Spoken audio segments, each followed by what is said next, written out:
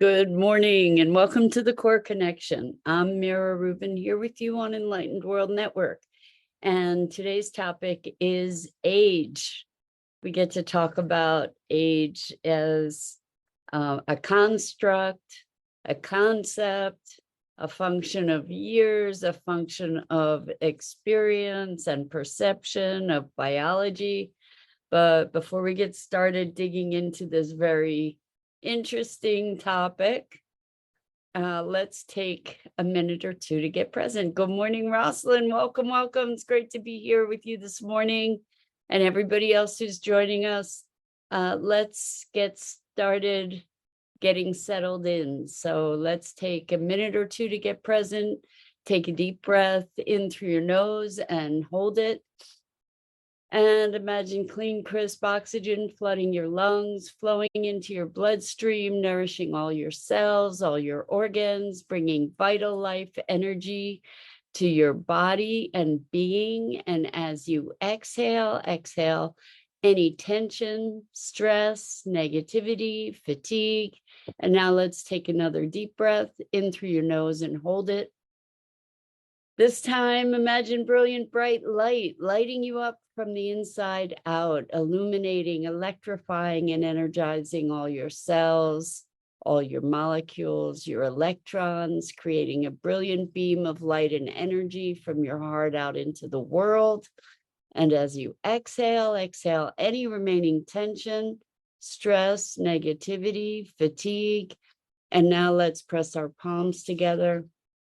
Vigorously rub your hands together to feel all of the feels, the friction, the temperature, the pressure, the motion, all the tickling and tingling when you stop, and allow all those sensations to bring you present right here, right now, into this remarkable physical form that enables you to experience life.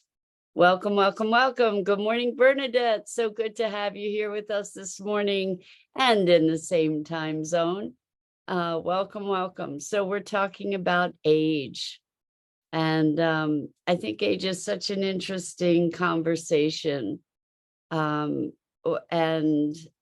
aging and the concept of old, all of that is so interesting. I was reading a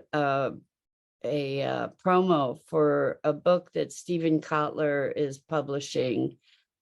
Stephen Kotler is on the peak performance train. He's a big peak performance guy talking about flow.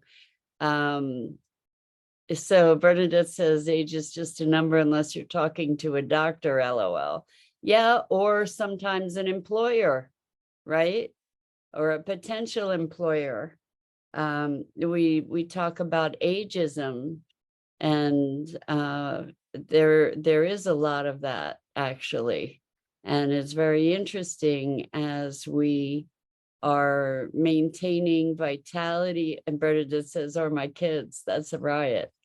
We maintain vitality into much greater chronological years. We have ways to measure biological age. We can even now reverse some of the symptoms, or some of the, we'll say, symptoms of biological age.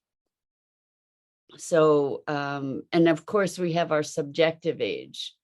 For the longest time, I was 15. Like that was the age that I related to for forever, a long time ago. And now, now I'm not so sure, but we're often, our years are much, usually way more progressed than our sense of our own age and vitality. And so I think it's a very interesting conversation to have. We talk about people being wise beyond their years, or we talk about people being old souls. And I remember I remember years ago, I was dating somebody who was 43, and they were talking about how they were ready to be, settle into being a grandparent, and that they were too old for this or too old for that. Good morning, Robin. Welcome. So good to have you joining us this morning. And I just find it so fascinating, being well beyond that at this moment in my life, and being so hungry for new experience and new learning and new growth. And the thing that one of the things that Stephen Kotler was saying is, it as you get older is a great time to take up, I forget what he called them, but like active sports that involve some level of risk and challenge, because it keeps our brains growing and regenerating, and because we have to be adapting. So things like skiing or windsurfing, or all different kinds of things, surfing, to take that on. He was saying he's 54 and he's learning how to, I think he said bench surf, but I don't know what that is. But anyway, and I don't know if I have the right term either, but I found it fascinating. And so many of us use the excuse, I'm too old for this, I'm too old for that, I'm too old to go back to school, I'm too old to learn this or that or the other thing. And I think that so much of that is culturally conditioned. Bernadette says, I'm 37 in my mind's years. Once I turned 50, I started counting backwards. I'll end up back in diapers, being fed in bed before dark. Oh my gosh. LOL. However, I am newborn now and learning how to breathe, walk, and eat. Probably since January 22nd was the beginning of a new life. I live life, not just existing. Bernadette, I can't tell you how happy I am to hear that from you. That is just so wonderful, wonderful, wonderful. And I think that we all get to be born anew. I mean, you had really dramatic circumstances that truly brought that home to you, body and soul, literally. But we all have that opportunity to be born anew in each new day, and to embrace life with our greatest capability. And when we think we're old, when we talk about I'm getting old, like I have a friend who keeps talking about being older, and I think she might be 75, but she keeps talking about aging and being old. And I think that it hastens her decline, frankly. That I remember feeling a lot older 10 years ago than I do now. I have been through times in my life where I really felt I was getting old. And I felt like I was dying, in fact, like, that my life was winding down. And I can say that now I feel like my life is winding up. And, like that I'm ready to, that I'm on the verge of living really starting to live my life in a big way. And so Rosalind says, is the grab for life to do things that make us feel alive? I don't have any objection to doing things that make us feel alive. I think that that's a wonderful thing.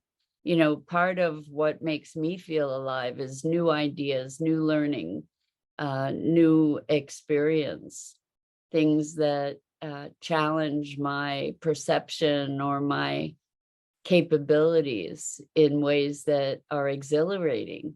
And I think that when we experience that, when we expose ourselves to those kinds of opportunities and situations, that there's a really powerful and positive impact.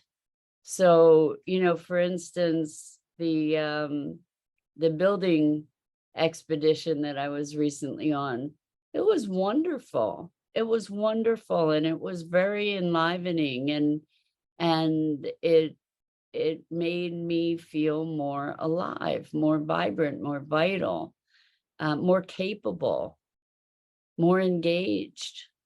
And that's what living is, right? Rather than allowing ourselves to kind of sink into a certain complacency that that can put us onto a downward spiral, so to speak. Oftentimes when we have health challenges or we have emotional challenges, these things can age us when we have worries and concerns. And there's something to be said for giving ourselves opportunities to break out of that pattern. And we can turn the clock of time backwards. And I was reading an article about all kinds of new medical innovations that are literally turning back the hands of time, that are reversing aging, or the physical appearances of aging, and also improving cognition and brain function and all that kind of great stuff. So the things that we've characteristically attributed to age are the boundaries are getting more and more fuzzy around it. And Bernadette says, I think it's crucial to our being of doing things that challenge us mentally and physically, opposed to just sitting and waiting for the next day to come. Exactly. We get to embrace life in order to be vital and alive. Just totally makes sense, right? So the question, one of the questions to ask is, what brings me vitality? What do I enjoy? What is life affirming? What can I do, and how can I think and be in life that is life affirming? To create new challenges for ourselves, to push ourselves, not beyond, not to a point where it's damaging. That can be not so great.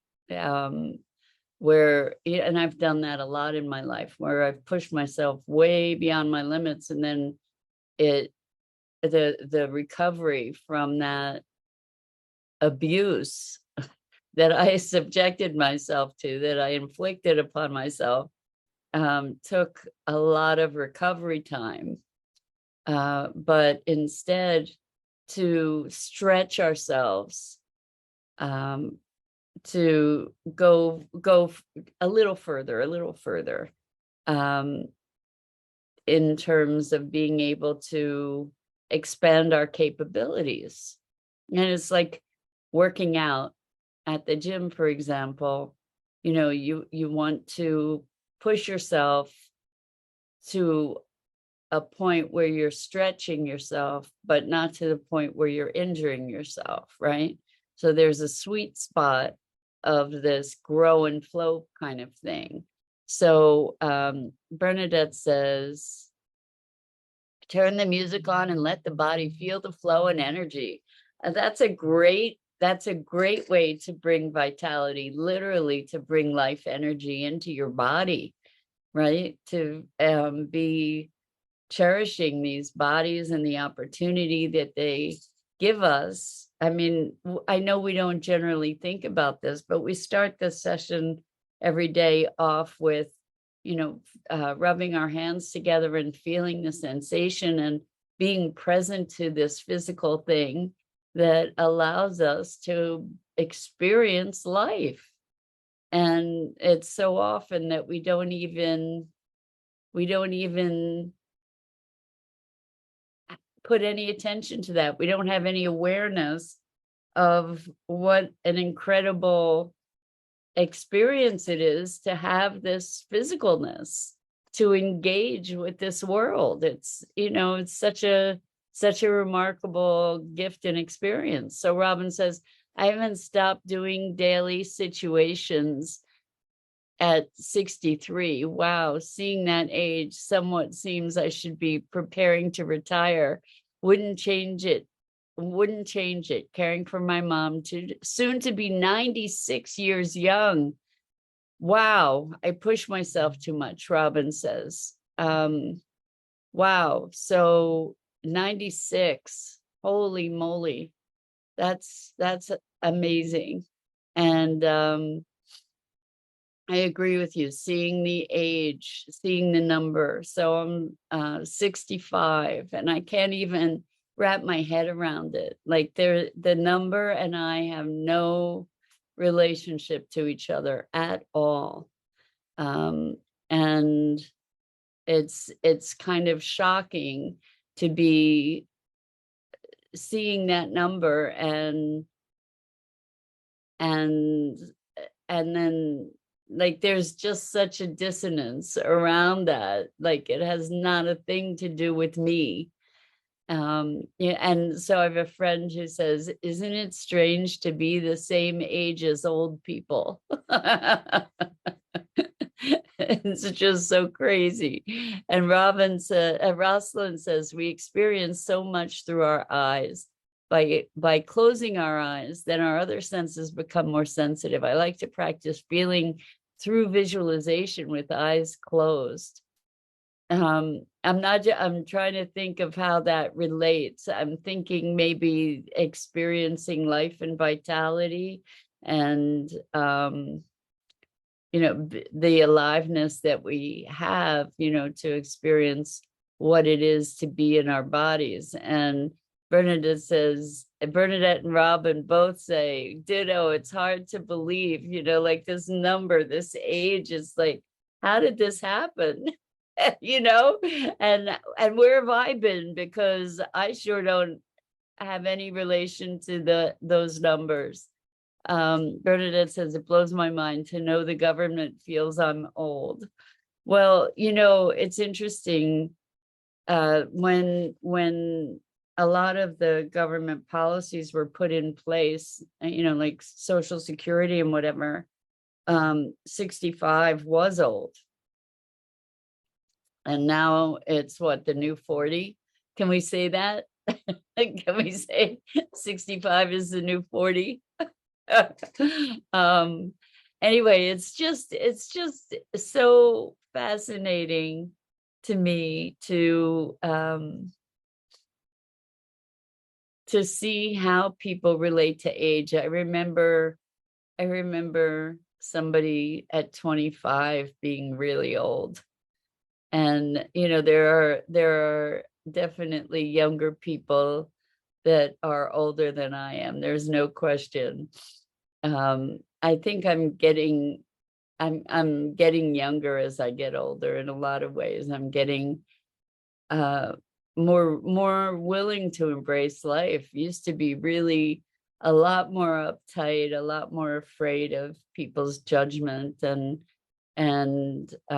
doing the right thing according to who I'm not sure, a lot more afflicted by my own demons. And so it's wonderful to feel the freedom from that as the years are going by. So Bernadette says, yes, we can say we are 40. It's interesting. We can.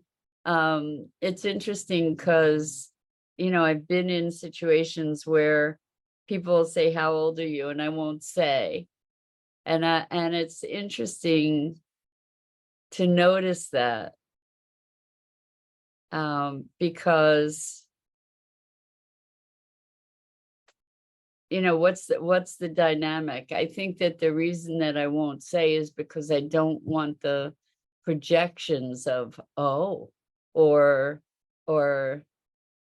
the projections of, well, you're old, or you're not so old, or you look great, or you don't look great, or like whatever it is. We have these ideas about age, and it's interesting. And there are other situations where obviously I can just disclose my age, and we're all together in that, or not. It's just interesting. I noticed I was in a situation, and one of the people was talking about being an elder and a matriarch, and there's I've worked hard to be that, I guess, right? I've gone through a lot, like you have, to have the wisdom, hopefully, that we have, right? We've earned it. And yet when somebody says, the matriarch or the elders, part of me just wants to cringe, and so it's so interesting. We have a cult of youth in our culture, that's for sure. Bernadette says, I always say, how old do I need to be to have this conversation? That's great. When somebody asks, how old are you? Yeah, that's a great response. I love that, Bernadette. Rosalind says, seeing pictures of younger self doesn't necessarily match wanting to go back in time. I don't want to relearn or re-experience what's in the past. Yeah, Rosalind, I am with you 1,000%. I would not go back, not for a minute. Thank you very much. Once was enough. I'm good with that. And what my experience is that overall life is getting better and better. And I would not revisit the past. A lot of people spend a lot of energy looking at the past with what if and if only. And we don't, I think that it's such a waste of energy and our current vitality to be putting our attentions and energy into what coulda, shoulda, woulda been, because what was. What was. So, and what can shift is the contextualization of it, that really can change history. And it's interesting. I'm in a course that's called Our Rites of Passage, and it's based on Indigenous tradition. And it was so fascinating to have the validation for something that I have believed for a long time, and that is that when we heal back and forward through generations. So when we heal ourselves, we're healing 7 generations back and 7 generations forward. And that's pretty much been a mission in my life, was to heal my family. And so that it was very heartening to hear that, when we talk about age or time. So Robin says, best of me is yet to come. I feel the same with you as you do, Robin, that is what is happening, is, the greater expression, greater sense of self, greater freedom to be and to be expressed.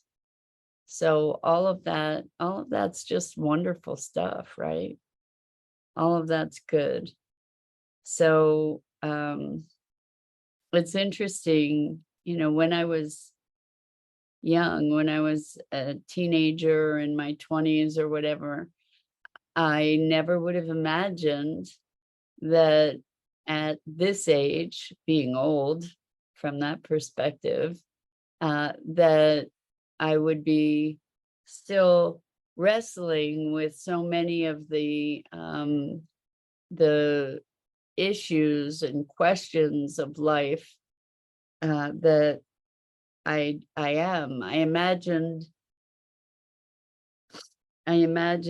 that all of that stuff would be handled, but not, right? It's a lifelong process. It's a lifelong unfolding and evolution.